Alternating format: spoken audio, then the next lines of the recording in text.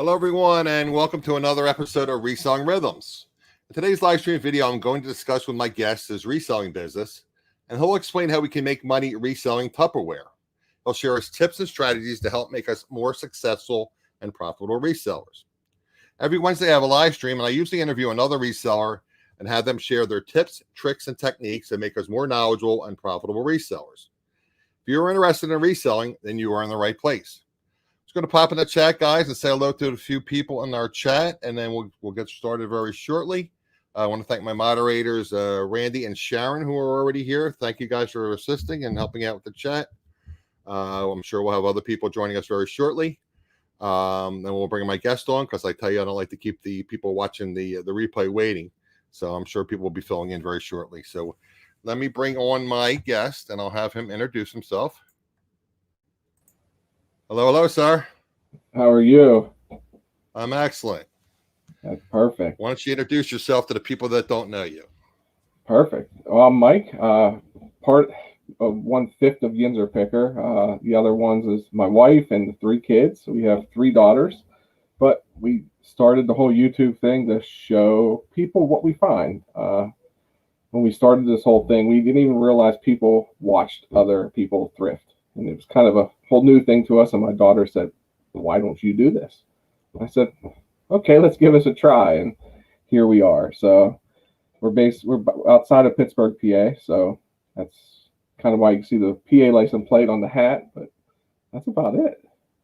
Okay. I did have it in my question to you. For those of us that don't know what a Yinzer is, what is a Yinzer? So Yinzer is really like a version of y'all. Like, so if my wife's going somewhere, I'll say, "Oh, where Yin's going?" And it's basically a Western PA thing. Only people that are local to Pittsburgh or Western Pennsylvania know y'all. Or Yin's. Yinzer, right? It's like you said, it's like so some people used to, there's still some people I think that look at it as a derogatory term, but I think it's gotten to the point now where a lot of people have embraced it. Like, so I don't mind it. It's something, I don't know. It's a cool name. So okay. So yeah, I was like, what? I never heard of that. What does that mean? Now, yeah, if you came to Western PA, you would hear people talk that way. And I always wanted to go to the Pittsburgh, the new stadium. I mean, I hear it's beautiful on the water. It probably one of the best views, the way that they set it up. Right.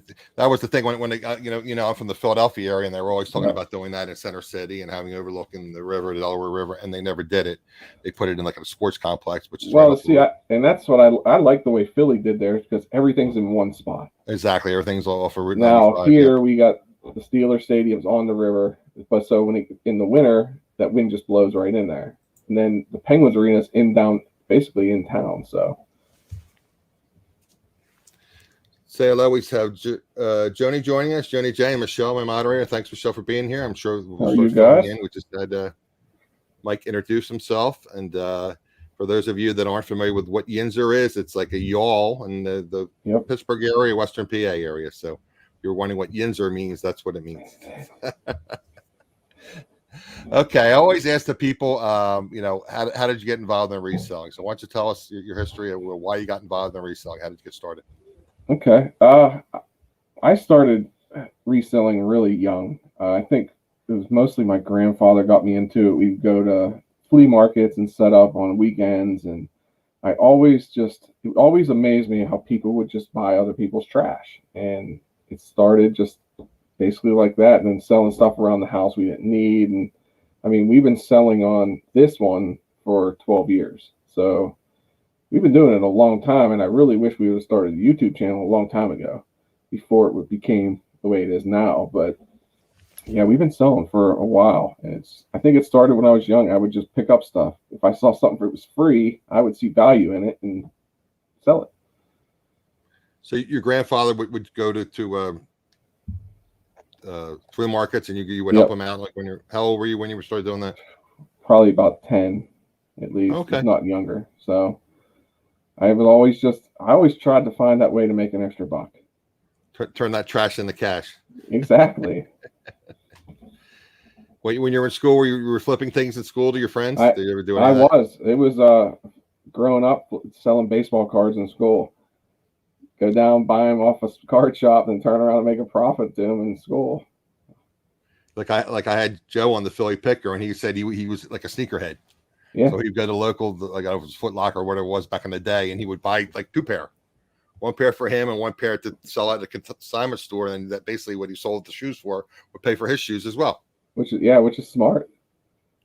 Yeah, that's. I mean, I tell people I got involved in it because my mother was my father was ill growing up. They were both school teachers, and she was trying to raise a family, which is 2 of us, my mother and my father, and on a school teacher's salary, she couldn't work in the summer obviously because she had 2 young children, so she was always like shopping, as Johnny likes to say, Clarence.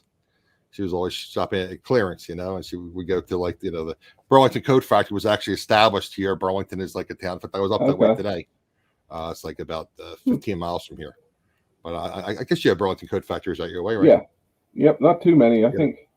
Yeah, there's one that's semi-close. We never go there because it's just a pain to get to. But yeah, we have a couple out here. Right, and then we have Burlington Coat Factories and Ross and Kmart and Marshalls. Yep. So she used to call Marshalls and make it sound French, or Target, Target. And I remember growing up, and we would shop, get the deal. So that's how I was raised, to get the deals. And I remember growing up, like, you did not want to be seen in like a Goodwill or something like that. Exactly. Yeah. At least that's how it was whenever we grew up. And now I'm like, hey, find me there. I mean, it's totally different now. Well, again, everybody has different opportunities, and we'll talk about that. Your sourcing and your thrifting, whatever. But and I talk about in the show quite a bit. Goodwill prices, and again, it varies the selection. And some people do extremely well at the Goodwill bins, which is their outlet stores. I don't have any good experiences at all at the Goodwill outlets. I just find basically it's all the stuff that didn't sell at the stores. They collect that and put it, and take it to the outlet store. But I hear other people that do really well, that find excellent. I mean, Beth Rusar Rowboat, who's Beth's probably watching the replay. Hello, Beth.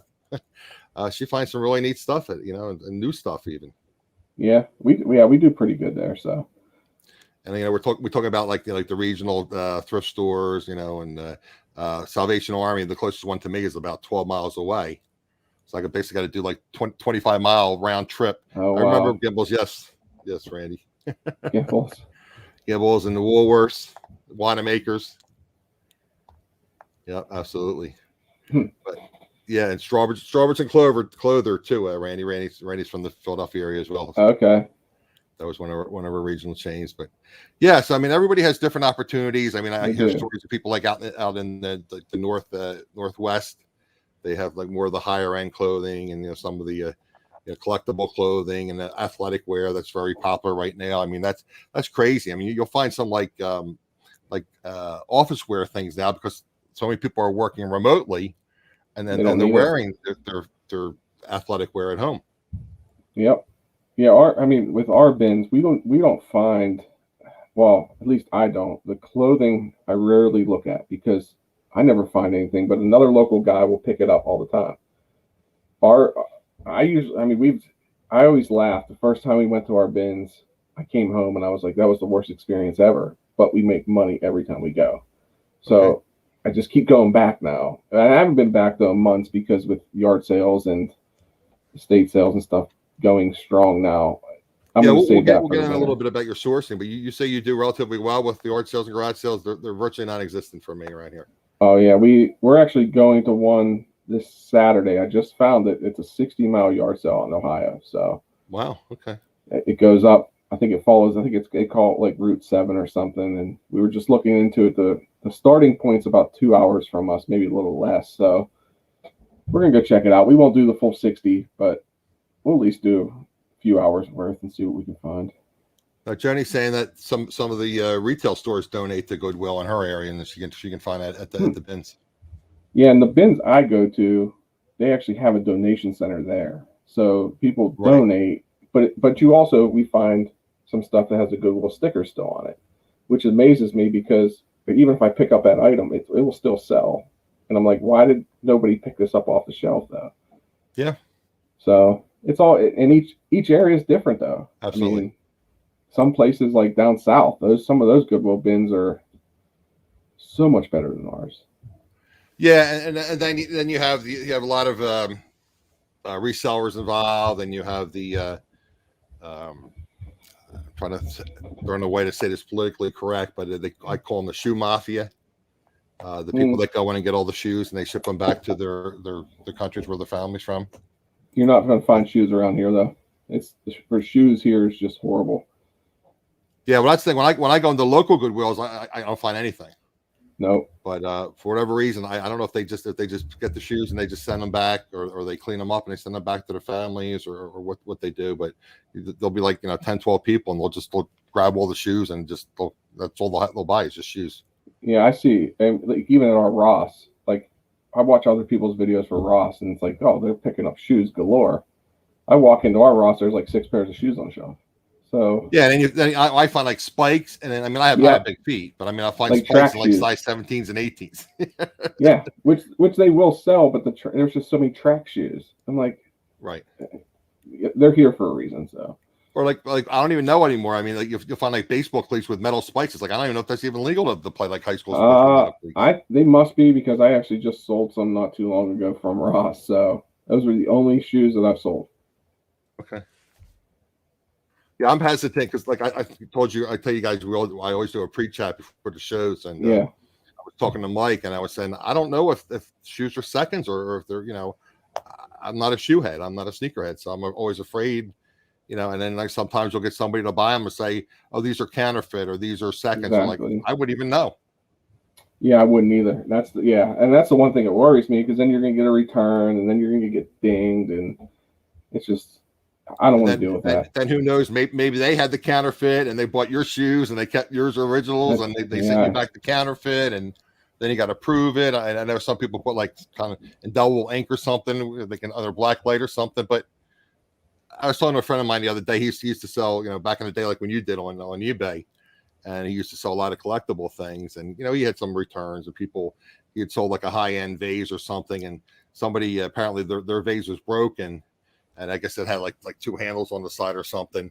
So what they did, they got his box. They put their vase in it without the handle, put a hammer to it, smashed it, shipped it back to him. And he's talking to eBay's. They're like, "Well, you can see this is a discoloration on where the handle was. It's different than the rest of it." And we're going back 10 years ago, and they were more seller centric. Yeah. And now they're more buyer centric. And it's like I hear stories like 99% of the time they side with the buyers. It seems like they do, and like I said before, we haven't had many returns, luckily. So yeah, you've been very fortunate. Yeah, and I think our 12 years. What you share with you? I don't want to jinx you, but they come in threes. You've done it for over 12 years, you said, right? Yeah. And you just had a handful of returns. Yeah, probably between 8 and 10. I bet it's and it's been recent too. That's the crazy part. And everybody says they come in threes, and that's what's happened. Yeah, it's true. It's true. And like we get one, then like 2 days later, get another one, then a day later. It's crazy. All right, why don't we get a little bit into your selling platforms? We talked about you sell on eBay. Mm-hmm. You told me you just recently started selling on Poshmark, and your wife is part of your Yinzer picker clan, so to speak. Yeah, Raina, and she's handling the Poshmark for you. She is. She's doing the Poshmark side of it. We got some clothes from ThreadUp, so she's listing the women's clothing and shoes, which there's been some traction, but we sold one thing on Poshmark so far, which, hey, it's better than zero. You've only been on it for about a week, right? Since Saturday, actually, so less than a week. Saturday. Okay. Yeah. So Saturday, I signed up for it a while ago, but didn't list anything. So when she was ready, we already had it set up. It was ready to go. And I found a North Face coat a couple weeks ago. We sold that on there this week, so that was good. And then we're going. Hopefully, Amazon will be hoping next week. So. Okay, now how are you going to handle Amazon? We're not sure. Your wife's going to do it, or? I think we're both going to. I think she's going to do certain things because she wants to go towards. She doesn't want to do clothing, so I think she might go towards the book side of it. Some books, and then I'm hoping to do more of the toys and like hygiene products and stuff like that we find for Amazon. Now you basically work 2 full-time jobs. Why don't you tell the chat what your full-time job is and explain a little bit about how you do your reselling. Yeah, so I work. My wife's a vice principal at a school, and then I work in an engineering firm, a mechanical engineering firm. So right there, it takes up tons of our time. Plus, we have 3 daughters, and doing the whole eBay thing took up a lot of time before, and now adding on the YouTube side of it. But we've also, before with our YouTube or eBay, we never had more than 100 items listed at a time. Now we flirt with about 400. So we try not to let it get below. We try to hover around there. I always said I was part-time, but starting to think about how many hours you actually put in, it actually could be full-time. So when you and I had somebody, I think it was in your chat the other day in your live stream, and they were questioning about full-time and part-time. It's like, well, Mike that's in the chat, he basically works 2.5 full-time jobs. I mean, he puts like a full and a half time into reselling plus his full-time job. Yeah, so like at night after the kids go to bed, I'm down here listening till about 11 o'clock, and then I get up in the morning and I package up the items, maybe edit a video before work, and so it's just a constant flow. You were saying you work remotely sometimes, and other times you have to go into the office. Yeah, sometimes we go into the office, sometimes we're working from home, but so it's sometimes I can get some stuff done at lunch, but I usually try to package up everything in the morning and have it ready. Because we do have I think we have 1 2-day handling time. So usually if I'm at home working and somebody buys something during the day, I'll package it up at lunch and it's going out the same day. Oh, your home or your storage areas is supposed to work? Yeah, everything's in this room that I'm sitting in. So okay. We have a couple shelving units over here, and with all of our bins and everything. Actually, all these bins behind me, I think 2 of those are part of my death pile, and I think the other 2 have stuff in them that's listed. I have to share Mike's comment with you here. He says, that's what we all say. Next, you have 1,100 products and a brick and mortar. And Mike just went into the brick, got a brick and mortar, I guess, because Mike, I'll have to have you come on and share it on the show why you did a brick and mortar. But my understanding is it was less expensive for him to do brick and mortar than it was to get a larger storage locker. And I've heard people say that, but people have asked me, like, would you quit your current job and go full time? And right now, I'm going to say no, because I'm happy with my job. Plus, I almost feel like if I went full time and had to rely on eBay to pay my bills right now, it would just take the fun out of it for me. Right. Well, that's the other thing that people. I mean, like your last guest on, what was her first name again? Rachel Strickland. She was saying sell things that you're passionate about and make sure people more interested in listing. I call it a cash pile. Some people call it a death pile. But and I always talk about my women's jeans. But it's like, if it's something you're passionate about, like if you're into sporting cards or something you're passionate about it, you want to get that stuff listed. Or you're into video games, you want to get that stuff listed, and things that sell quickly. And I was telling you before, I have all those pins. Like, it's tough to list them. Even though once you share that with the chat, guys, I was talking to Mike pre-chat, and how I tell you all, and again, sometimes it's do as I say, not as I do. But hello, Angie. Angie's in the chat. You're one of your co-hosts on your shows. Yeah. And I always tell people, and again, it's common sense, but some people don't do it. Always be nice when you go to a yard sale or a garage sale. Always say, "Oh, good morning. I'm so glad you're having a yard sale today. The weather, it's a little chilly out here, a little warm today, or I'm glad it didn't rain."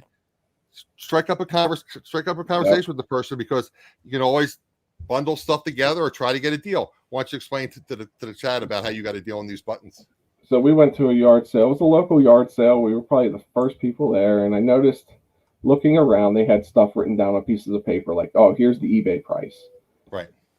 Right then and there, it's kind of like, okay, they're not going to work with you here. And so we started talking, and the guy had a bunch of other toys in the garage, which were more McDonald's Happy Meals toys from the 90s and stuff. Thinking back, I probably should have just said, "What do you want for everything?" But I didn't.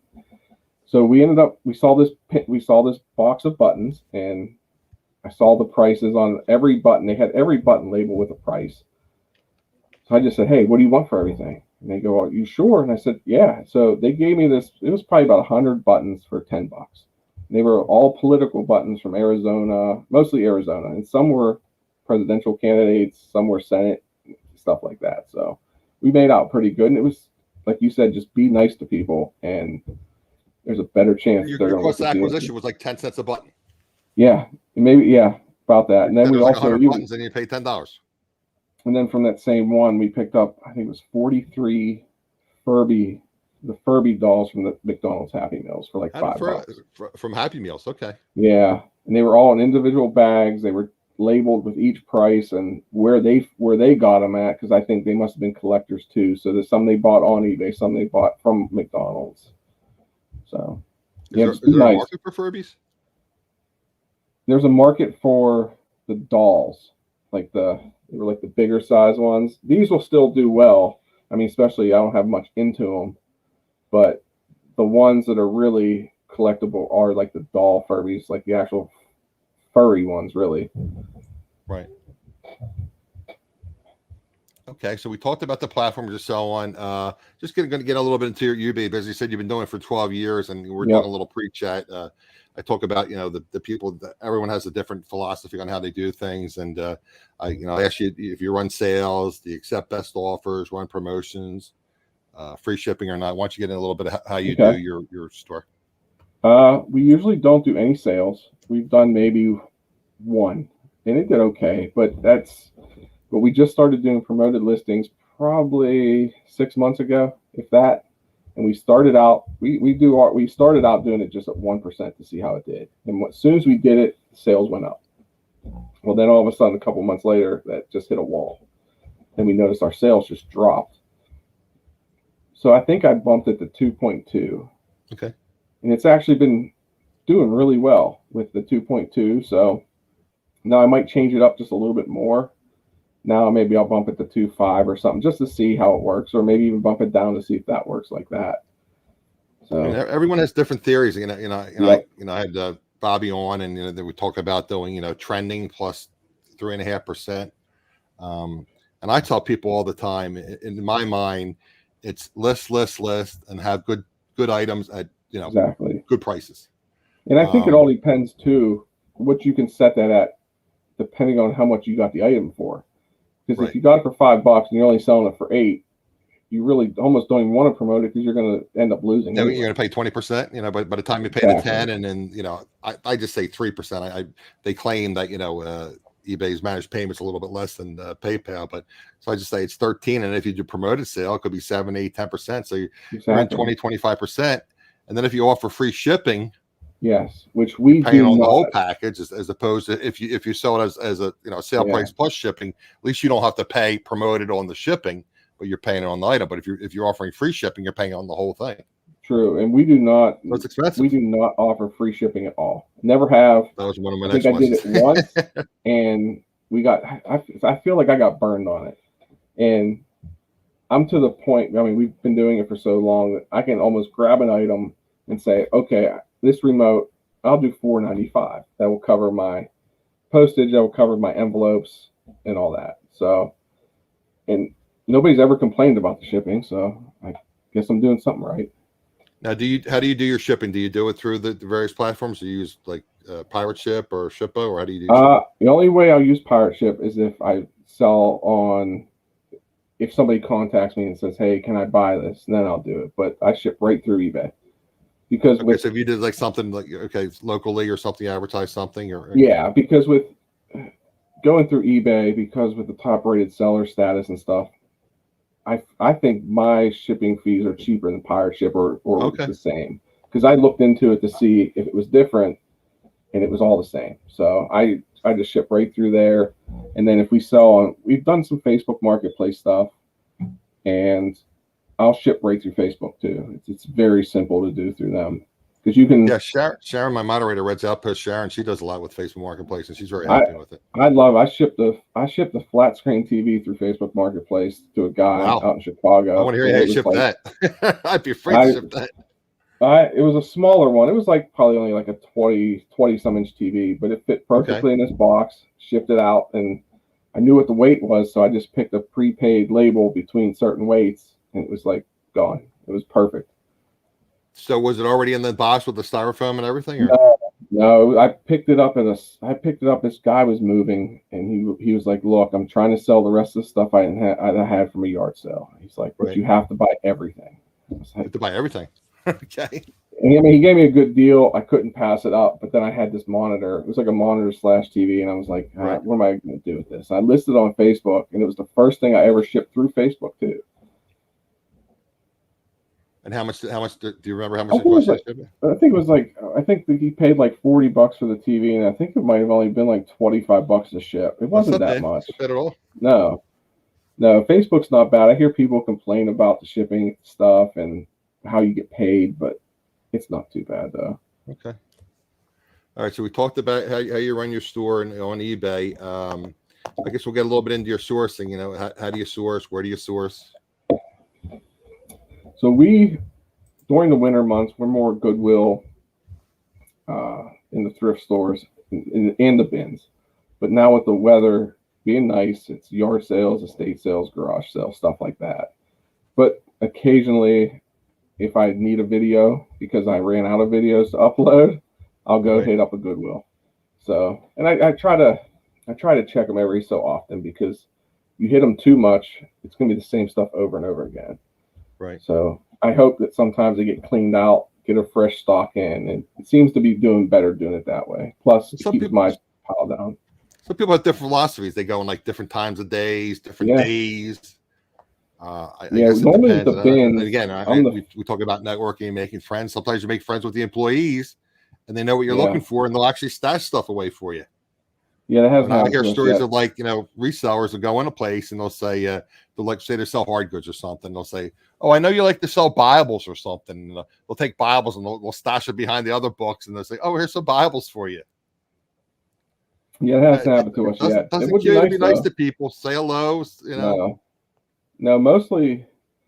I had one lady ask me at the Goodwill. She goes, "Oh, are you a reseller?" And I said, "Yeah." And she got real nasty with me. So really, I usually don't tell them at Goodwills anymore that that's what I'm doing, especially if they see the camera. But also a lot of places around here, Goodwills, thrift stores, and our bins, they don't want you filming anymore. They won't let us film in our Goodwills here. People were complaining because our faces are in there. And then when we went on vacation, we were out in Hanover, which is out more your way. Right. And we went to a thrift store, and they had signs up on the door going in, like no photography, no videoing, nothing. So. Right. Well, some Goodwills hire like people, could be on probation or something. So obviously they don't want. That's true. That's a good point. I didn't even think about that. Yeah, they do. So, okay. So we talked about your sourcing. So how late do your garage sales and yard sales? I mean, here they're pretty much done by like the end of October. I think as long as the weather's a little cooler up where you are too, so it's a little. Yeah, it's not too bad. I think they'll go into probably maybe late October, early November. It seems like, because like last year, they were non-existent because of COVID. Right. Nobody was doing them. So this year, we hit an estate sale in March of this year, and then estate sales have actually been fairly slow where we're at. Okay. But yard sales have been great. That's where most of the time I'll go out by myself, or my daughters will join me, or my wife will.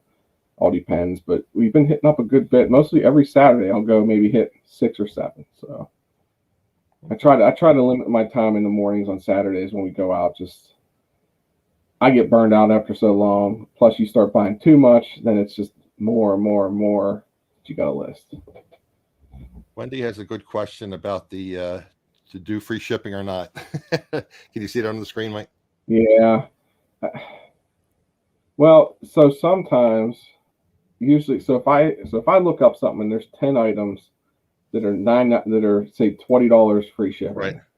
I'll list mine at like $14.99 plus $4.95 shipping, so it puts mine just under that. So I'll make my price comparable with the people who have free shipping.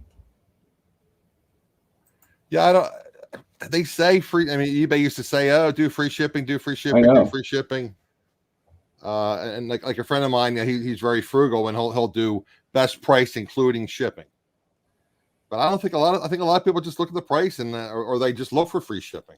Yeah, and we do best offer on everything. We're always willing to listen to offers, because especially now some items I don't want to listen to offers, but I still have it on there because if somebody's interested in that and another item, then I'll be willing to kind of work out a deal if I can especially ship it together. So We're going to get into Tupperware very shortly, Myra. I wanted to wait till the chat kind of filled up a little bit. The theme is one of the things we're talking about is Tupperware, and just the way YouTube is, it takes like 10 minutes for people to start filling in. I know. So for 20 minutes, so we're like the halfway point. So people are filling in. So why don't we get into that? Why don't we get into the Tupperware, and you want to talk about your Tupperware and how you source it? And I'm going to put you on full screen, make it a little bit easier for you.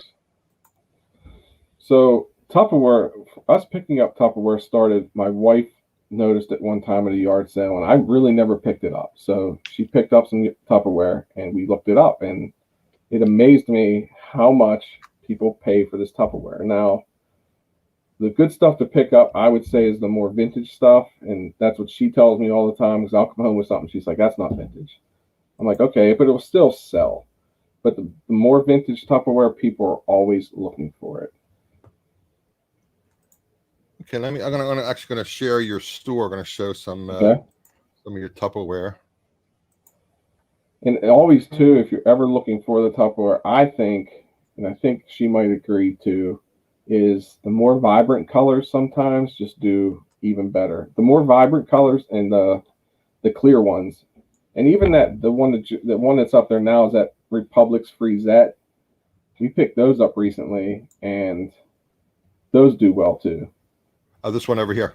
Yeah, we picked those up, and they're kind of like I don't know, I want to say a Tupperware competitor almost. Okay.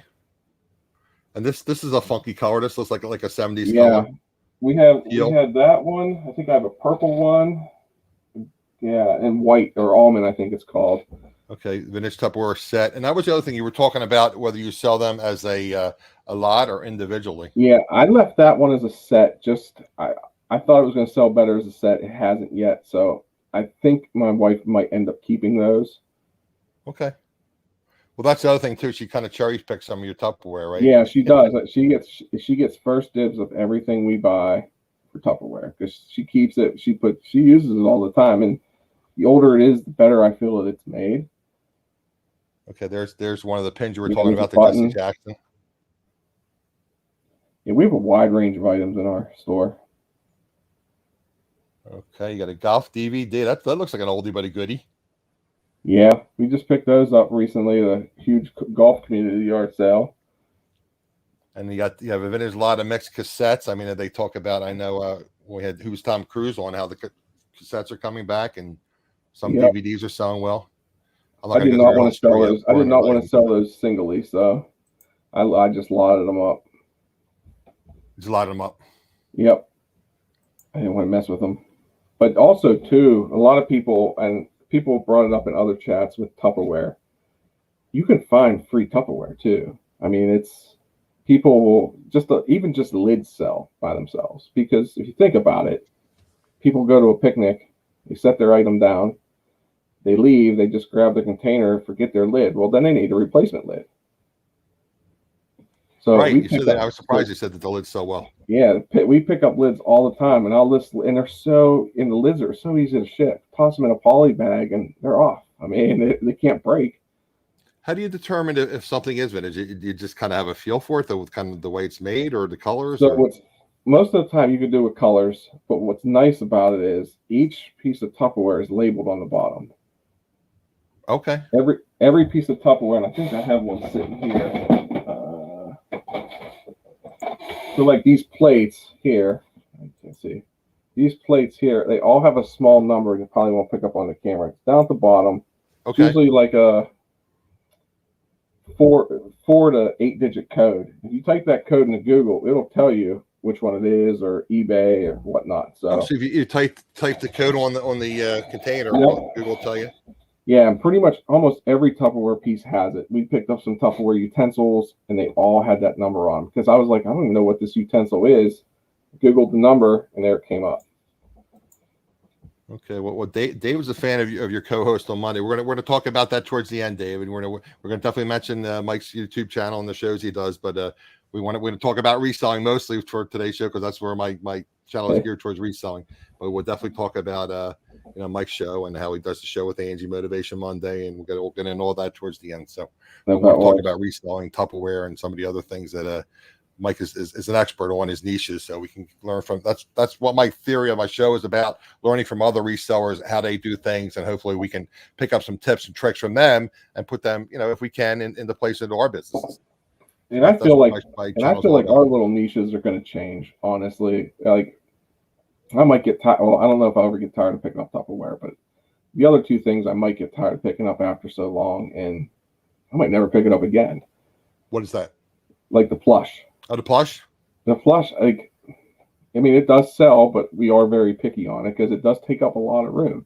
Some of those plushes take up some space, and you have to be careful. Like I picked up a bear not too long ago, and it was a little dirty, and it's like, do I even want to try to sell it? I washed it, and it's still got like 2 stains on it, and I might list it and still make some money on it, but we'll see. Well, that's the other issue too. You disclose it in a listing, you say, see the pictures, yada, yada, yada. And then somebody gets it and they didn't read the listing properly. Exactly. Oh, it's got a stain. Or they'll say the stain is bigger than the picture, or it's not as big as the picture. Then you got an eye gnat on your hand. I know. And I feel a lot of people don't read the description. We had one of our returns was for a phone case, and they got the phone case and they said, oh, this doesn't fit my phone. They didn't even have that phone that fit. Like, I mean, if you would even just read the description or the title, you would have known it wasn't even going to fit your phone. But right, it wasn't for your phone. Yeah, absolutely. So I know you were talking about Plush a little bit, and you were talking about Build-A-Bear. Why don't you get into let's talk a little bit more about Tupperware. Are there any other tips or tricks that you talk about when we were outsourcing for Tupperware? And what do you typically pay for Tupperware? I try to pay. I mean, depending on if it's really a good one, I mean, I'll probably pay as much as $5 a piece. If it's one that's going to sell for about $20, but usually I try to pick them up 50 cents to $2 at most, because that's where I feel that you're going to make your money on it. Now, are you going to get super rich off of Tupperware? Probably not, but it's a consistent seller. I feel like, for us at least. Like I said, with the lids, I mean, 9 times out of 10, people are going to give you a lid for a quarter because they're like, oh, we don't have the bowl for it. And they're like, oh, there's a pro tip. You pick up the lid. Like you said, the lids sell relatively well. Yeah, the lids sell great because people just leave them go. And some of the utensils are like the cake holder handles. I heard people say you can get them in a free box because they just toss them in because they don't even know what it's for. Okay. So I always say cost of goods is zero because you're getting in a free box. Exactly. When you have a cost of goods at zero, it's worth picking up, because also you pick up something for free and say you can't sell it, you can just, even if you have to get rid of it because you didn't make any money on it, you couldn't sell it. Money in it. Exactly. You're not out any money, which is nice. I don't know what modular mates are. Do you know what modular mates are? Never heard of it. You want to elaborate, Myra, what a modular mate is? I should put it in the chat. We can figure out. We can learn from Myra what a modular mate is. I feel like I've heard about it, but so now, like the different. I mean, as far as the Tupperware, like you said, I mean, you had like, I guess you had like a utensil drawer kind of containers. You have storage containers. We got. I'm still looking for the pickle container. That's the one I could not find. Yeah, that pickle container has like a slide inside, so when you pull it up, the pickle juice stays in there, but the pickles come out. I haven't found one yet. I think Angie has some, and I know Johnny has some too. We found some deviled egg ones recently where it's a deviled egg holder. I've seen the deviled eggs one. Yeah, I think I saw Johnny had sold one. Yeah, I actually found the deviled egg holder last weekend without the deviled egg holders in it, and then a couple days later, the next yard sales we went to, I found the whole set of them. So with the holders in it, so it's kind of cool. And what's something like that? What's that worth? They're probably about $20, $15-$20. So you invest $2 to $3, and like you said, you don't offer free shipping. No, and they're easy to ship too.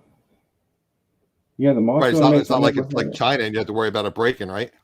Exactly. You can put those in a poly miller, and I mean they're gonna make it there, unless they get run over. I'm guessing. Try to get it for under $2 a piece, and like I said, look under $2. Free goods. Sometimes you get the lids for free.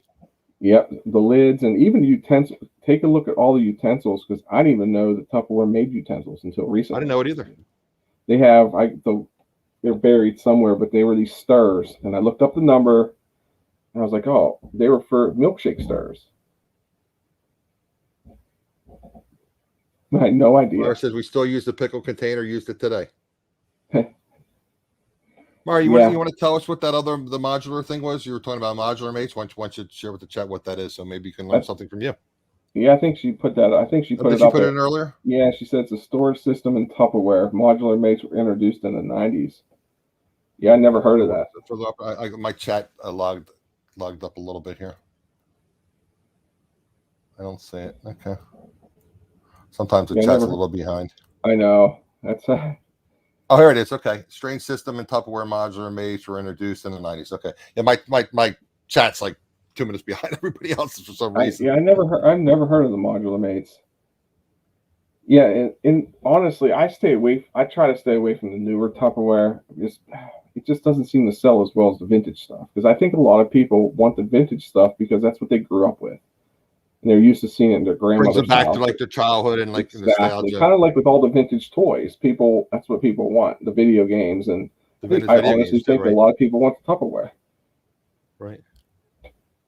And you were there's talking about Plush earlier. You're thinking about getting away from Plush, and like I said, I tell you, I get sidetracked all the time. Talking about Build-A-Bears, and now you were saying in your chat that the bears don't sell in Build-A-Bear typically. Correct. Yeah. The other animals sell well. If it's a Build-A-Bear bear, I picked them up. They do not sell at all, and everybody else says that same thing now. But if you pick up a Build-A-Bear bunny or Build-A-Bear cat, you can't keep it in your store. I don't understand why. It makes no sense to me. And we picked up a Build-A-Bear. It was a Disney Maleficent Build-A-Bear. And I thought, okay, this bear is going to sell because it's Disney. No, it won't sell. I think because it's a bear. And it's Disney too, and it doesn't sell. Okay. Yeah, it does not. No, it's still sitting over there. I'm surprised that Disney licensed them to make them. That's weird. I sold a cat in a fishing vest. And it seems like a lot of my plushes go overseas also. Like Australia or Great Britain or Canada, stuff like that. Because they probably can't get those particular plushes over there, exactly. So they're buying them here. So and you use the global shipping program, I think you said, right? Yes, that's the best thing that ever happened. You just got to ship it to Kentucky, and they handle the rest. Yeah, but for us, we're not. I mean, we're 6 hours from Kentucky, so it's usually there in a day or two. Right. Which is nice. Wendy's familiar as well with the modular mates. She says they're awesome. They were a big thing in the 80s and 90s. And Cheryl says she used to host Tupperware parties. See, if you think of it, and I was thinking about this today with Tupperware, like I don't really see like new vintage Tupperware, like stuff that was never used. Like everything that you see is used. And I always feel like people want to see it used because it has almost like a story with it. Oh, sure. Myra's thing here. Bought the spaghetti modular mate from Nana Tanks a couple of days ago, and she swapped Nikki modular mate splice containers this afternoon. Okay, so apparently Myra's a big fan of those. So. I'm gonna have to look them up. Keep an eye out for them. Yeah, absolutely. Yeah, look them up to see what they are. You know, do a Google search or do an eBay search, and then apparently they're a big thing in the 80s and 90s. So I guess people in that I don't even know what that would be. Is that Gen X or Gen Z or I don't know what the 80s. Yeah, that's a good question. I think that probably one of the other things we like to pick up, but we never see anymore. I think since we really started this hard the last year and a half, is Cutco knives. It was just making. I hear they sell very well. I've never seen them out in the wild though. My kid, we own our own set and everything, so we know all about them. And we went to a community yard sale this year. My kids know about them, and we're looking at the first house we went to, and my daughter said, "Hey, Dad, there's Cutcos." And I said, "Okay." Oh, really? And I missed them, and I watched our video back, and I completely missed them. So she goes, "Dad, Cutcos." Your daughter saw it. And how old is your daughter? She was 9. 9, and she picked up the Cutco, and you missed it was 9. So I missed them. So I went over, and there was a set of 5 and a set of 4 with 2 of the holders. And I asked the guy, I said, "How much do you want for those?" And he said 5 and 3. So $8 total. Well, wow. I thought he said 2 and 3. We ended up getting them all the knives. We got 10 knives and 2 holders for $5. Wow. I came home. Like I said, I never found them in a while. I know they sell well. What kind of price did they sell for? So I came home and I was going through them, and I realized the butcher knife had a bend in the blade. What I could have sent it away, got it replaced, but I said I'm going to let the buyer deal with this. I think we got $150 for everything. Wow! But they sell really well. They'll repair them. They'll Forever Still? repair them, sharpen them. They have a lifetime guarantee on them. You just have to Do ship they them you need any to, I kind of think it's New receipt to do York. that? No, Wow. no, because There's a I pro think they tip, know a guys. If lot you of find a people. Cutco and it's bad or damaged, or how about sharpening? Yep, they'll sharpen them for you too if they get dull. You just have So to you ship just them have to to, I ship think them it's, back to them, and then they'll sharpen them for yep. free. And if they can't sharpen it, I think they replace it for free. Wow. So I mean, you're There's a paying bolo for you for, guys. yeah. And I think, I think a lot of people know about the Cutcos, but you just don't see them that much anymore. Yeah. Is there any kind of like telltale sign for Cutco? I think the In the wild? handles. I think the handles kind of give some of them away, but like this one that I missed was like a wood grain handle, so I Okay. didn't even know. Like, And you probably know usually what I'll the block looks like too that they come in, right? correct, the blocks stand out, but just with the knives, it will stay Cutco on the blade. So sometimes you have to pick them up and look because they are easy to miss. But if you see Okay. them, pick What them are up. your You other gotta look niches for you that. say that you do very well is plumbing fixtures?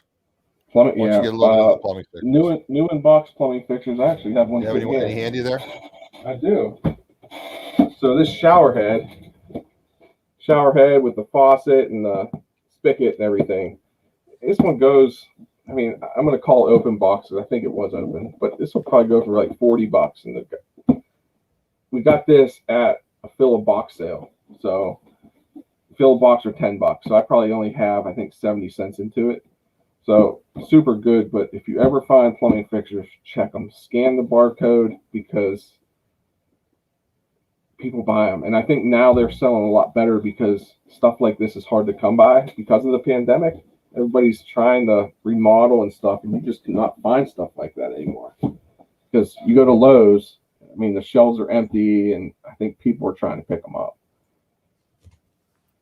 But I only buy new in box. I don't buy the used ones because you just don't know. People have hard water, and you don't know if they're Right, you're saying in the clogged pre-check, or you don't have to have hard water, or they're missing the hardware. exactly. So, and honestly, like I'll show if I pick up a faucet or something, I'll show a picture of inside the box because it might be missing something. It's sometimes a lot of them don't even tell you what all should be in there. So you kind of just have to. That's the other thing too. If it's an open box, like you said, if you don't know, I know. And even it's even not even like the stainless steel ones too. Even the plastic plumbing fixtures. Like I picked one up for $2. It's going to sell for 25. really, I'll do that all day. Especially the plastic ones, they're easier to ship. They're lighter and it's just easier. Plumbing fixtures have been good for us recently when we can find them, because a lot of people will sit there. They'll go remodel their house. They might buy an extra one by accident or one that they didn't like, and then it's sitting in their garage for a year. Well, it's too late to return, so I'll just get rid of it at a yard sale for a couple bucks. I was going to ask you, do you look for them in thrift stores, or you typically find them in yard sales and garage sales? I don't know if I've ever found one at the thrift store. Okay. I feel like I might have, but they were probably used, or what happened was they took out the new one, put their old one back in that box. So stuff like that. That's another thing to watch. That's my concern about buying, returns. Yeah, Amazon and Walmart returns. People do that stuff all the time. It happened to us. We did one of those bulk mystery boxes, and we knew some of the stuff was going to be used, and it was. Some of it wasn't, but yeah, you have to be careful with that though, for sure. Now you said you did well with the was it Poshmark? What was the box that you got? The thread up mystery box. Thread up mystery box. Yeah, we've done the old saying. Your mileage may vary, right? Yeah, definitely. From what people have told us, we did really well with the clothing one and the shoe one. But I've also seen people just get basically nothing in those boxes. So we're going to hold off on buying some for now. We're going to let it hopefully just settle down. And hopefully when we do buy another one in the future, we get another good one, because we're bound to get a bad one too at some point. Yeah, that's my understanding. And again, guys, I always tell you guys, be careful. Your mileage may vary. Do your due diligence. And just because somebody, maybe somebody's bought, and I'm not saying this about Mike, but maybe there's a YouTube video. Maybe they bought 10 of these boxes, and one was a rock star, and the other 9 were duds. Of course, they're going to show you the rock star. Some people show you the duds. We did 2 Amazon mystery boxes that we bought off of a local person, and our first box was garbage. I mean, we will probably make our money back, but that's about it. The second box we did though was better. And I mean, in our videos, we'll show the bad stuff. We'll show a bad trip to a thrift store or a yard sale because not everyone's a winner. I mean, it's you don't win at every one. You can't always hit home runs. Sometimes you got to hit those singles and doubles. No, I mean, there was a couple weeks ago, I went out to a yard sale. I probably hit 10 yard sales before I even found anything. And I thought this might be the first time I get shut out all day. But then all of a sudden I found one. A couple hours later, it was like everybody passed up the stuff. So let me ask you a question too. I mean, we all have issues with this now with the yard sale treasure map not integrating Craigslist. How do you route your yard sales? How do you research yard sales? What are you doing for that? I use Craigslist, and Friday nights I'll pull up Craigslist and just see if there's a group of yard sales either in two different areas, and then I'll kind of just say, okay, I'm going to this one first, this one second, this one third. I'll look at yard sale treasure map every so often, like if I don't find anything on Craigslist, because some things do pop up on there but I found out here everything has been pretty much on both of them. So we've gotten kind of lucky still. Yeah, you're very lucky because I mean I go on mine, it's like, oh, there's nothing there. And then I'll go on the Craigslist, it's like one or two. It's like, ugh. No, it's been, I mean, some are like 20 miles away. It's like, I got an SUV. I'm going to drive 20 miles with the air conditioner on, and then 20 miles back. So I got invested like $8-9 in gas now. So yeah, like, I mean, around here, I mean, like last weekend, I did a community garage sale. It said on Craigslist there were 6 houses. When I got there, it turned out to be 60 houses. 60? Wow. So it was like the whole golf community. But then, like last week, I think the golf community there was like 12 people, and they were all like mostly eBay prices. Yeah. So this weekend, me and my kid it was like a moving sale, 2 yard sales, and 2 estate sales. And then we also did some retail arbitrage, but just retail arbitrage here just hasn't been that great. So yeah, we mentioned Ross and we mentioned Marshalls and whatever, but we'll get a little bit into retail arbitrage and OA online arbitrage. You typically don't do a lot of that. No, we'll stop by Ross and Marshalls, and that's about it. And occasionally do the Walmart clearance aisles, stuff like that. That's honestly about it. Yeah, if you're in Walmart, you got to check out the clearance. Yeah, and I mean that's what I did today, and I picked up a bunch of Pittsburgh Pirate pencils and Steeler pencils. So stuff that I know it's going to sell. Yeah, I picked it up, but usually even on like online arbitrage, I try to stay away from it for now at least. But who knows? We're always open. Those of you that watch my show on a regular basis, I'm into these old sayings. And, you never assume. I'm not going to say what assume means. The saying about assume. Yeah. But for those that, again, I know all the people in our chat are mostly experienced resellers. But again, guys, always download the Walmart app because clearance prices vary from Walmart to Walmart. So you want to log into that particular Walmart's Wi-Fi, and that way when you upload your prices, you'll have Walmart's prices. Now, some people that are like experts at retail arbitrage don't know. They'll even find stuff on the shelf that regular stuff that they know they can flip for a higher profit. But always make sure you log into the Walmart app and make sure you're on the Wi-Fi from that particular store, because again, clearance can vary from store to store, region to region. And I keep seeing like these people crushing Walmart Legos. Our Walmart never puts Legos on clearance, so I never see them on clearance either. I don't understand it. But it varies from every area. That's something we might pick up here, they're not going to pick up out in California. So, and then there's philosophies too. The people that sell on Amazon, that they kind of know how the particular stores work, or they come friendly with the department managers. They'll know. Well, they typically put out their clearance on the third Wednesday. I mean, again, I don't know exactly what it is, but they kind of know what their routine is, so they know when to look, when they go in, what time of day they put stuff out. Like my Walmarts around here, they're not really stocking at night typically anymore. At least it doesn't look like it. No, and I know our Walmart during the day. I thought I figured out our Walmart clearance, and I haven't, because I think they're filling it every day almost. Okay. I thought they were just doing it just Wednesdays, but like I went today and it wasn't stocked. They might have put 1 or 2 things out, but it wasn't much. How do you have Salvation Armors out your way? We have one that I know of. And I've only been there twice, and it has never. I think I found a blender once, and that's it. Okay. I kind of avoid that place now. I have a love-hate relationship Like I said, Randy, it's in my chat, and Randy's a great guy, and we talk offline, quite a bit about reselling and different things. And I don't know if you heard, but his daughter, they had a very bad fire in her townhouse complex, and she lost pretty much everything. And Randy was telling me what's really nice about Salvation Army is they save like newer clothes when they get it donated, and they save it for these type of situations. And all their new unboxed toys they save, and they donate it to charities to give out to underprivileged kids at Christmas time. Oh, that's nice. But I know people. I've heard good things about Salvation Army, and I know they're out there with the kettles and the bells, and And I know people around here that'll go to Salvation Army and find a ton of stuff to resell, but it's just not stuff that I would pick up to resell. So, like, and they also have more time to sit there and go through all the clothes. I'm not sitting there going through all the clothes. I'll do a quick pass through, and if I find something, I'll find something. For you guys, I'm going to mention to you, Mike. I know you're into tech a little bit. Coffee Talking Tech. John, he does a tech show. So that's something you might be interested in. He talks about like the different things you use for YouTube, cameras, microphones, et cetera, et cetera. So I see John in quite a few of the StreamYard shows and the tech shows. So he's gracious enough to stop by and say hello during our live. And I try always to pop into his and Jeff's live when they do their live. Okay, I'll have to check it out. Okay. Let's see what other questions I have for you. So you said you're kind of getting out of the plush because it's an issue with storage.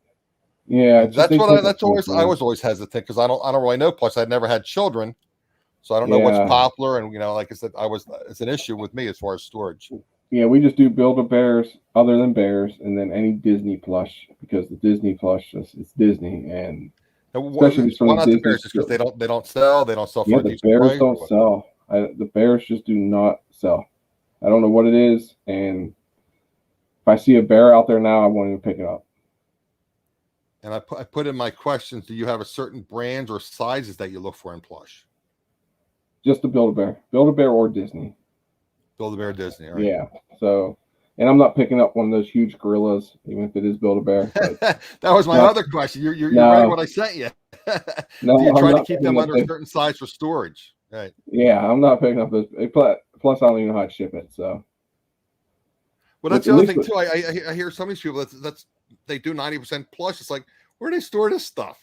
I know, and shipping it. Plus, if you have a basement, and some people have issues with their basement with musty smells and things, and or somebody was a cigarette smoker or something. You have that smell, and you got to wash it, and then got to clean it. And of course, we all know that thrift stores typically have bad lighting. I know. Yeah, so you might miss stains, or you might miss damage to the plush. Yeah, plush look it over, and 9 times out of 10 you can wash them too beforehand. So I try to give us some tips on washing plush. Is there anything special? No, I just toss it in with a non-scented laundry non-scented like detergent, like a Tide or something. Yeah, that's what we use here. Do you use OxyClean or anything else when you're doing it? No, I probably should try it though. Yeah, absolutely. I used to like getting it at a Dollar Tree, and now they keep raising the price, and they lower the size, and you should be able to get the concentrate and dilute it. Now it's like Dollar Tree is good for some things, for other things it's not so great anymore. But I mean, with the pandemic, everybody started, more people were shopping at Dollar Trees, which I understand. Exactly. All right, let me see what other questions I have for you. Okay. What kind of margin do you try to have on your plush? Most of the time, if we can pick it up for 50 cents to $1, I usually will try to get about $15 for them. Okay. And then on the plumbing fixtures, I guess you just research each individual item. Yeah, plumbing fixtures, I'm scanning it, and 9 times out of 10, if I can't scan it, I'm not going to pick it up because it's probably a cheaper, lower end, maybe like a Walmart brand fixture. It's just not going to move. Well, that's the thing too. Somebody could have it priced at $10, and maybe they pay $10 for it. True. Yeah, I mean, some of those plumbing fixtures now are just so outrageous, and I mean, some of those things could be over $100. And if you could find one, somebody selling it dirt cheap, you can make some money on them. Well, that's the thing too with the pandemic and supply and demand. And Mike and I were talking earlier. They kind of I had to pass through early this morning. I had a doctor's appointment, and we had flooded roads. And then we had a right before we went on air. My power flickered a couple times. Like, oh geez. So I'm kind of like in between the breaks. So we had the really heavy rain and winds for like an hour. And now there's like I checked the weather map. There's kind of like a gap on the radar, and then we're going to get hit again later tonight. And it's supposed to be done by like 6 o'clock tomorrow morning. I think we're finally done. I guess I hear stories. I don't know if Glenn has power yet. I know he's in Baton Rouge, so I know most of the people in New Orleans lost their power. I think they were saying they were going to be off for at least a week. That's terrible. Crazy. And, it's hot and humid, and then you got food, refrigerated things. You don't have electricity to cook or to do laundry or anything. And then you have all those animals like the snakes and gators, and just. Yeah, John is North Jersey, and that remember I told you earlier about tracking the storm, how it's kind of going through west of Philadelphia. You guys know that know me. I'm in the South Jersey, right outside of Philadelphia, but it's kind of tracking up west of Philadelphia, and then it's going to go up through North Jersey into New York, and then up into Boston actually, and it's going to go up into Canada also. Yeah, it's a big storm, and that's what they were saying. I think some places just south of us here got like 5 to 6 inches of rain just today, because it just kind of hung out over top of us and just dumped. Once you get, and I always ask this because resellers are all about the thrill of the hunt, and I always ask my guests, and you may know at the top of your head, you may not. That's why I send this run a show out to my guests. What is your best flip or your biggest flip as far as like, you took something for a quarter and you sold it for $20, or something you paid maybe $50 for and you sold it for $1,000. One of the things you have is that Yeti cooler. Yeah, the Yeti cooler. Maybe let's share that for you. And maybe the Yeti cooler that's listed.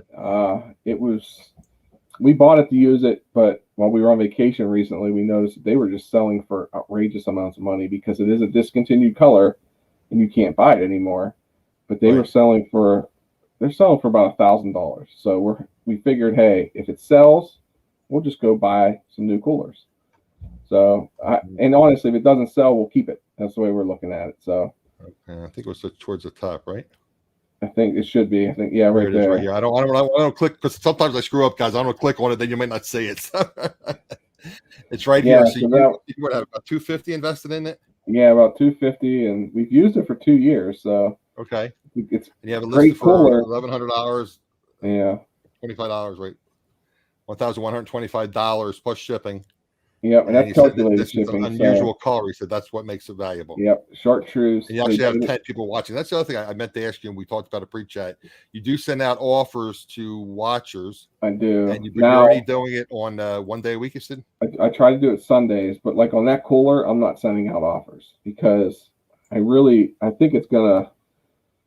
I want to say it's going to sell, and I kind of hope it doesn't, but I kind of hope it does. So I'm just going to let people. It's not hurting me to keep it stored here because it's going to be stored here even if we don't sell it. So I'm not in a hurry to move it just yet. Because also, let me ask you a question again. This is my reseller mind working. $1,100 plus shipping. Are you going to get a signature for it? Oh yeah.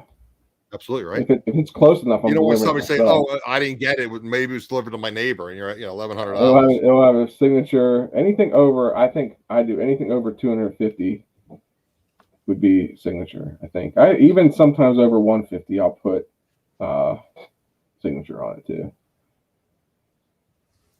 Yeah, guys, that's just sometimes it's common sense. You got to protect yourself. It's a business. And you got to think, not everyone's nice people like us. Some people are out there to.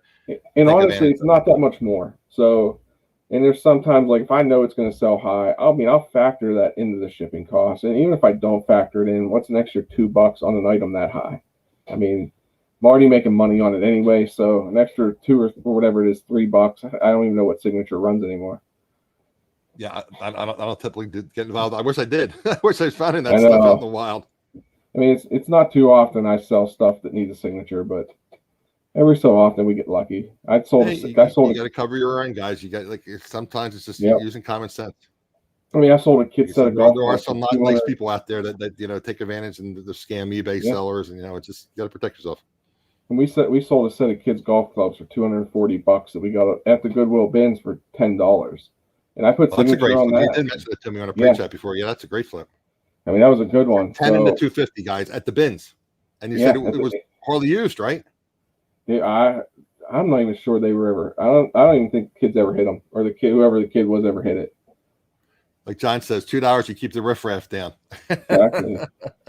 Absolutely, John. The ones You that got to be always bother careful. I me mean, are like I the said, ones there's like, some not nice people out there. You got to be no, careful. yeah, I mean, I mean, you just sometimes you have get to, like a stupid return. It's $10, $12 return. It's cost of doing business. You got to kind of yeah, plan for that. But you it's don't want gonna to get scammed on happen. something that's $1,000. Well, especially if you're selling used items, I think you're bound to get the returns anyway. So new in box items, I'm not sure how much people get returns though. Right.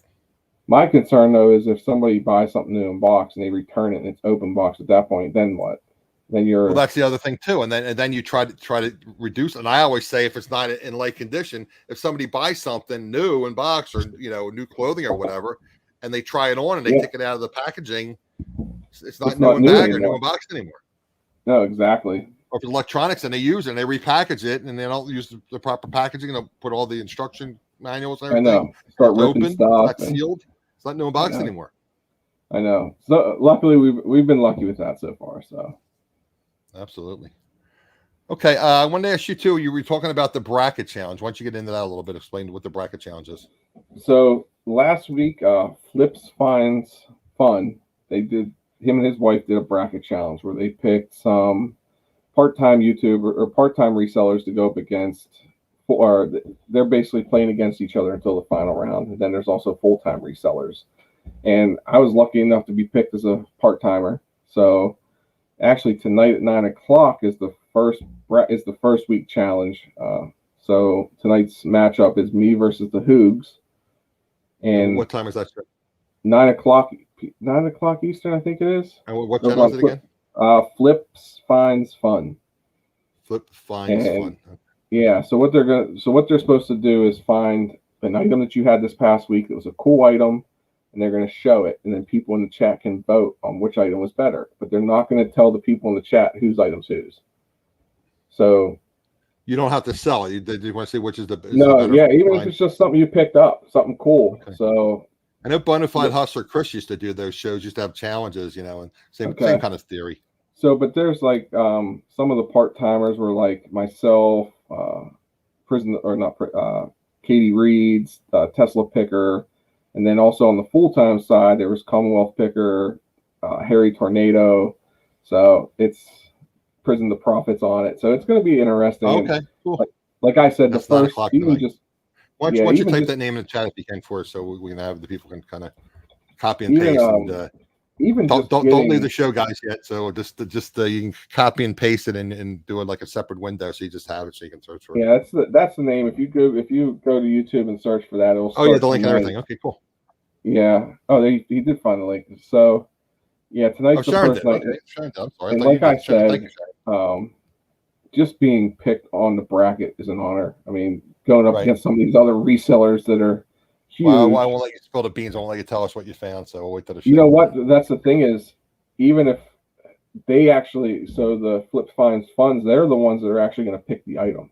Oh, okay. So we didn't get to pick the item. We just had to post stuff on Instagram or on YouTube. So okay. That's so it's kind of interesting, it. and yeah, we'll see. But I have the Hoogs the first round, and I think if whoever wins between me and them will go on to either do Tesla Picker and versus Baldy Pal. So okay, cool. it'll be interesting.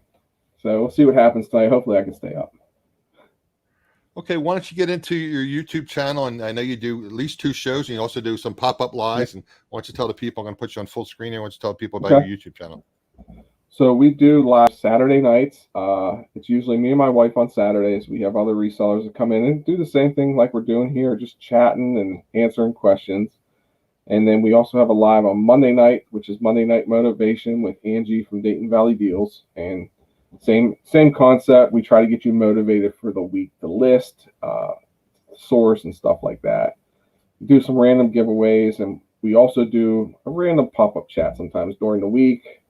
Maybe even a Saturday. We did a pop-up live this past Saturday for 3 hours and just chatted while we cleaned and listed on eBay. So those are normally our 3 lives that we've been doing.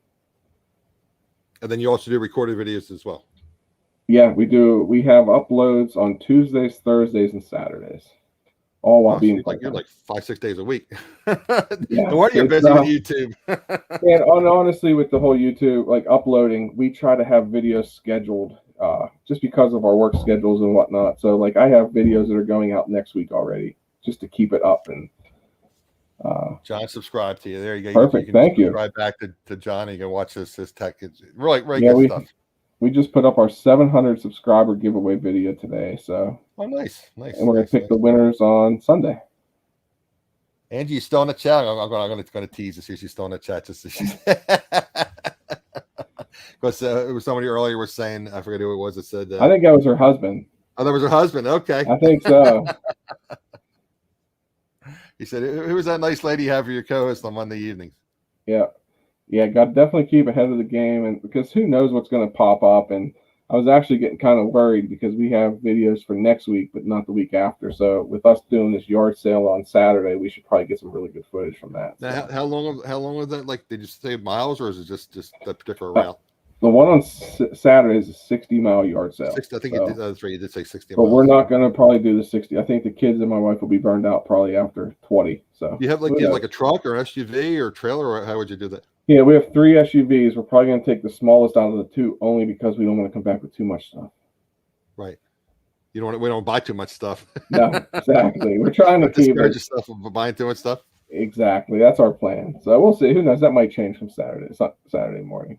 Okay, guys. If there are any questions for Mike, I want you to put them in the chat. I appreciate if you put a Q before it, like capital Q, and question marks afterwards. That way we can get any of your questions answered. If you have any, Tupperware questions, Plush questions, whatever Mike had discussed earlier, so you can put them in the chat.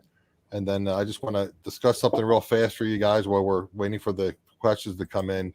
I tell you guys, I'm not monetized. So again, if you get any kind of value out of this, please consider helping me offset some of my expenses. There's equipment involved. There's, different subscriptions I have to purchase. I have Buy Me a Coffee, PayPal, and Cash App. There's also a link to my moderator, Randy's website. Randy has a tremendous business, and he's a Pennsylvania guy as well, Mike. Sells delicious coffee, spices, and candy, like old-fashioned candies. Randy's kind enough to pay me a small commission at no cost to anyone that buys from him. Again, if you're in the coffee, Randy has some delicious coffees, and all you have to do is put AE is when you register on his sites after you register to purchase something. Just put AE after, so that Randy knows that you came from me. So let me just double check to see if there are any questions in the chat that we may have missed. Sharon or Randy or anyone, any questions? Let me see here. John has a question. How long have you been doing YouTube, and are you enjoying it? We are enjoying it. We just looked to see how long it's actually been. It's been 6 months, pretty much almost to the day. Oh, you've been doing it for 6 months. Okay. Yeah. So it's definitely like I said, it's a tough. So many videos. I thought you were doing a lot longer. So it's like, well, there was one point. I think one of the months we did a video every day. Wow. And after that, I was like, never again. It was just too much. But even when we started the whole YouTube thing, I didn't realize how hard YouTube actually was. I honestly thought it was going to be the easiest thing ever. It is not easy. And like I said, there's a lot of cost involved and time. Yeah, it's just the grind. Even when we started, we said, "Oh, we're never get 100 subs." And now it's like you're at 700. You said, right? We're closer to 1,000 than we were. We're to 1,000 now. Wow! We're at 750. I think we were like 735 or something. So okay.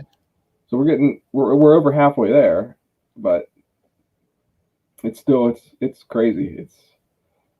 We never thought we'd be where we're at, honestly. Yes, absolutely. It definitely is hard, and I try. It's the old saying. We talk about a lot on this show about trying to figure out the eBay algorithm. Then you got to figure out the YouTube algorithm. So hard enough time trying to figure out the eBay algorithm, let alone the YouTube algorithm. I mean, I don't know. I feel like we're okay on the eBay side just because we've been doing it for so long. But YouTube is just when you throw that into it, it's just like, okay, now I got to do videos. Now I got a list, but then you got to keep coming up with more creative videos also to keep people entertained. And it's also, we do it too for my kids to look back on and hopefully they'll look back on it in a few years. And I know they love that. They can see when they were younger, and they'll be up there hopefully forever. Yeah. And I said, wow, this was when I used to go out thrifting with daddy and mommy. And, I was like 9 years old. And look, I found this cutlery and my daddy missed it. Yep. He made a lot of money selling it. Yeah. I mean, and they get a cut. If they find stuff, nice. They reward them for that's great. Yeah, they get a cut, and they know it now. So they'll point anything out. They'll be like, hey, look at this. Do I get money if that sells? Like, no, we're not. You teach them when they're young the value of hard working. Exactly. We're teaching them that you need to work to make money. You just don't get handed money. So right. Okay, so again, it's Flip Finds Fun, and Sharon, that's the YouTube link, guys. So if you want to, again, so now you can copy and paste it because we're getting ready to shut things down. So if you want to see what Mike and see if Mike's going to win this challenge tonight or not. So I hope. I just want to win the first week, and I'll be happy. There you go. I mean, I'm happy that I made it anyway, but just to be on there with everybody. So, guys, I always say that time is your most valuable asset. So I want to thank Mike for being here and sharing his expertise and trying to help us make us more knowledgeable, more profitable resellers. Appreciate you coming on, and appreciate you having me. And guys, Mike's link to his YouTube channel, and also he also has his eBay store on his YouTube channel. So if you want to check out his YouTube, all our links are on there, and I also have his Instagram as well. So again, that's in the description. Hopefully, some of you can pop in and support Mike for the show for the thrifting challenge. And again, guys, I do a show every Wednesday evening at 7 p.m. Eastern. So again, if you're not subscribed, please remember to click the thumbs up before you leave. Consider subscribing, turning all notifications on. And if you have the time, leave a comment in the comment section when the video posts. Appreciate it, guys. See y'all next week. Thank you.